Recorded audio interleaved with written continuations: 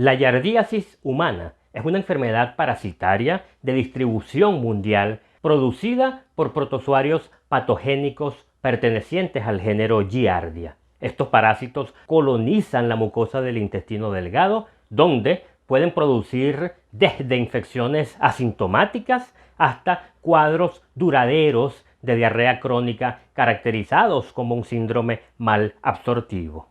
Según datos de la Organización Mundial de la Salud, se estima que existan aproximadamente 280 millones de casos nuevos de giardiasis humana a cada año. Una prevalencia de giardiasis que oscila entre 5 y 47% para países en vía de desarrollo, pero la enfermedad está presente también en países desarrollados, aunque con valores de prevalencia inferiores, como lo observamos aquí, entre el 3 y el 7%. La transmisión de la giardiasis en seres humanos ocurre por la ruta fecal-oral, pudiendo ser directa mediante la ingestión de quistes presentes en las heces de humanos infectados o de animales domésticos o salvajes infectados, o bien indirecta mediante la ingestión de alimentos o agua contaminada con quistes viables de este parásito. Claro, quistes que han sido liberados a esos ambientes por animales infectados o por seres humanos infectados. Como mencionado anteriormente, y como podemos observarlo en esta lámina, los parásitos responsables de la giardiasis humana pertenecen al género Giardia, donde se agrupan diversas especies que parasitan una amplísima diversidad de animales domésticos y de animales silvestres, y claro, al ser humano. En esta lámina se muestran algunas de las especies de este género, resaltando que Giardia lamblia, Giardia duodenalis y Giardia intestinalis, es decir, aquellas especies que infectan al ser humano, son en verdad tres formas diferentes de referirnos al mismo parásito, es decir, son consideradas especies sinónimas. De tal forma que cuando estemos realizando revisiones de literatura sobre giardiasis en humanos, ya sabemos entonces que estos tres nombres hacen referencia al mismo parásito. Pero, ¿y desde el punto de vista zoonótico debo preocuparme? Mi perro fue diagnosticado con giardiasis. ¿Estoy corriendo algún riesgo? ¿Será posible infectarme a partir de los parásitos que están siendo excretados por mi perro? ¿Será que debo darlo en adopción? ¿Será que debo llevarlo al veterinario y donarlo? ¿Qué hacer? Calma, calma, calma. Hasta porque, en primer lugar, si fue diagnosticado con giardiasis por un médico veterinario, es lógico que haya sido instaurado también un tratamiento específico contra la giardiasis, porque sí, Giardia tiene tratamiento. Y es un tratamiento que funciona muy bien cuando aplicado a la dosis correcta, de la manera correcta y cuando orientado por un médico veterinario. Pero de cualquier forma, en los próximos minutos de video vamos a dar respuestas a estas inquietudes que acabamos de mencionar. Así que acompáñame hasta el final del video y si el contenido te parece interesante no dejes de compartirlo con tus seguidores que creas que puedan beneficiarse de este tipo de videos. Yo soy Heracles García, médico veterinario, doctor en ciencias y creador de tu canal, Booster, el canal del refuerzo veterinario. Dale me gusta, déjame tu comentario y vamos hasta el final del video.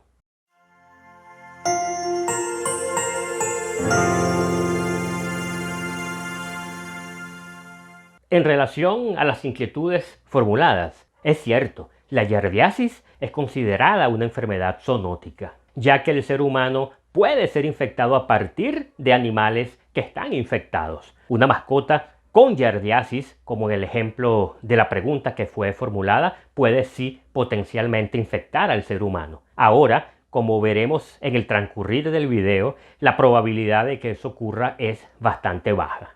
¿Y por qué? Porque cuando revisamos las distintas especies que están contenidas dentro de este género Giardia, así como también sus hospedadores preferenciales, observamos que, en efecto, existe una importante predilección de las diversas especies de Giardia, de las diversas especies de este protozoario, por sus respectivos hospedadores vertebrados. Por ejemplo, Giardia muris parasita preferencialmente roedores, mientras que Giardia agilis infecta preferencialmente anfibios. Ahora, En el caso particular de Giardia duodenalis, o sus sinónimos, Giardia lamblia o Giardia intestinalis, es decir, aquellas especies que infectan seres humanos, existe un consenso de que estas especies pueden también infectar a una amplísima diversidad de hospedadores vertebrados domésticos y silvestres. Por lo tanto, efectivamente, existe de hecho un riesgo zoonótico. Pero resulta que cuando evaluamos esa diversidad genética que existe dentro de esto que es conocido hoy día como Giardia duodenalis, encontramos una gran cantidad de información científica que muestra o corrobora una gran diversidad genética dentro de esa especie, siendo hoy día aceptados al menos 8 genotipos diferentes que han sido nombrados desde el genotipo A hasta el genotipo H. Todos muy bien definidos y para cada uno de los cuales se observa que existe una asociación entre esos genotipos y un hospedador preferencial. Me explico. Por ejemplo, los genotipos C y D son genotipos preferencialmente de caninos y raramente infectan seres humanos. De la misma forma, el genotipo E es un genotipo que ha sido preferencialmente encontrado en animales de producción, dígase en bovinos, en suinos, en ovinos, y es extremadamente rara su presencia en humanos. Igualmente, el genotipo F infecta preferencialmente gatos y el genotipo E ha sido descrito infectando fundamentalmente roedores. Finalmente, el genotipo H ha sido preferencialmente detectado en focas y otros mamíferos marinos. Por lo tanto, como podemos observar, el potencial zoonótico que pudieran tener estos genotipos desde el C hasta el H es bastante bajo, ya que son genotipos presentes preferencialmente en animales domésticos o animales silvestres y muy rara su presencia en seres humanos. Ahora, en este mismo sentido, nos quedan los genotipos A y B, que infectan humanos y también una amplia variedad de hospedadores domésticos o silvestres. De tal forma que pudiéramos decir que los genotipos A y B son aquellos que presentan el mayor potencial zoonótico, es decir, la mayor probabilidad de transmitirse desde animales hacia los seres humanos. Sin embargo, estudios recientes basados en técnicas de biología molecular que tienen una amplísima capacidad de resolución de especies, es decir, de diferenciar lo que sería una especie de la otra, de establecer cuáles son esos límites entre especies diferentes, nos han mostrado que existe también una amplia diversidad genética, por ejemplo, dentro de lo que sería el genotipo A. Así, este genotipo ha sido subdividido en 3 subgenotipos diferentes, que son el A1, A2 y A3, como podemos verlo en esta lámina.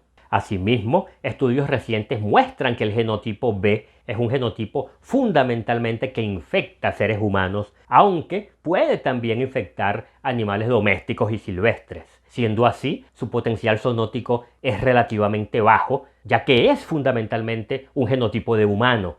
El riesgo sería que un humano infectado transmitiese la giardiasis para nuestras mascotas, es decir, estaríamos hablando de una antropozoonosis y no de una zoonosis. Acabé de mencionar que el genotipo A se encontraba subdividido en 3 subgenotipos, que eran el A1, el A2 y el A3. Pues bien, el genotipo A2 se comporta de manera muy similar a lo que acabamos de discutir para el genotipo B. Por lo tanto, su riesgo zoonótico es muy bajo.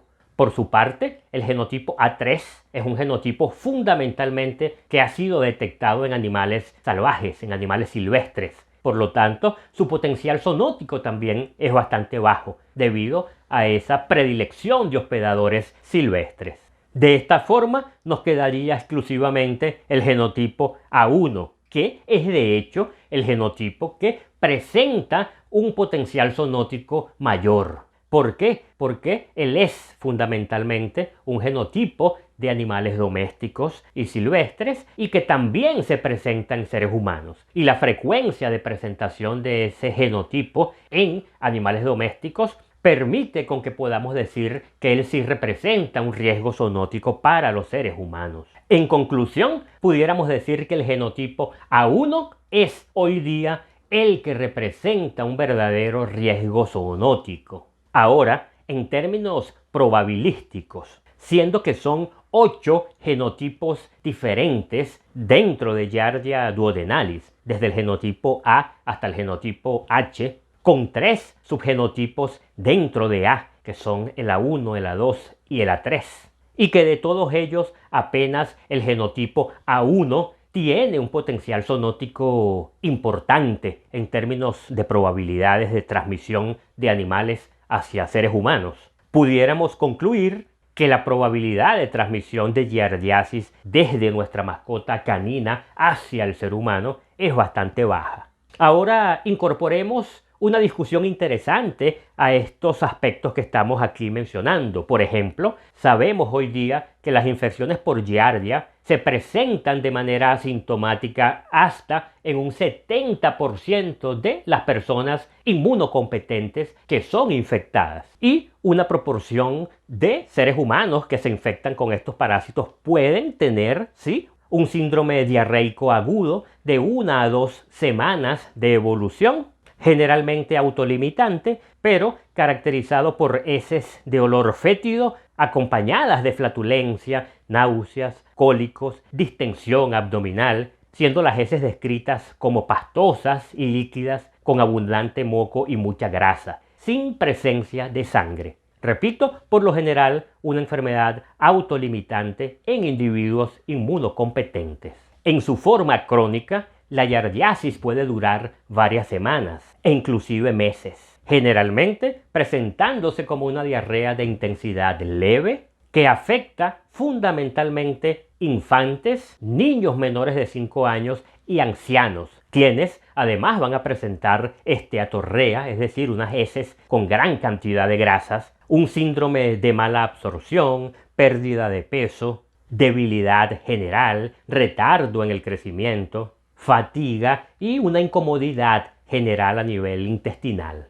Adicionalmente, estudios recientes muestran que la giardiasis crónica puede conducir a un conjunto de eventos como por ejemplo lo que es conocido como el síndrome del intestino irritable, el desarrollo de alergias alimentarias, artritis e inclusive síndrome de fatiga crónica. De esta forma, siendo que los principales grupos de riesgo de esta patología son personas inmunocomprometidas, son niños menores de 5 años y personas de avanzada edad, definitivamente si tenemos una mascota que ha sido diagnosticada con giardiasis, el tratamiento por parte del médico veterinario debe iniciarse sin demora, independientemente de que no sepamos cuál es el genotipo responsable del cuadro clínico de nuestra mascota. De hecho, muchas veces esa genotipificación, es decir, esa caracterización en genotipos, ni siquiera es realizada, sea por cuestiones de costos, por cuestiones de falta de disponibilidad de la prueba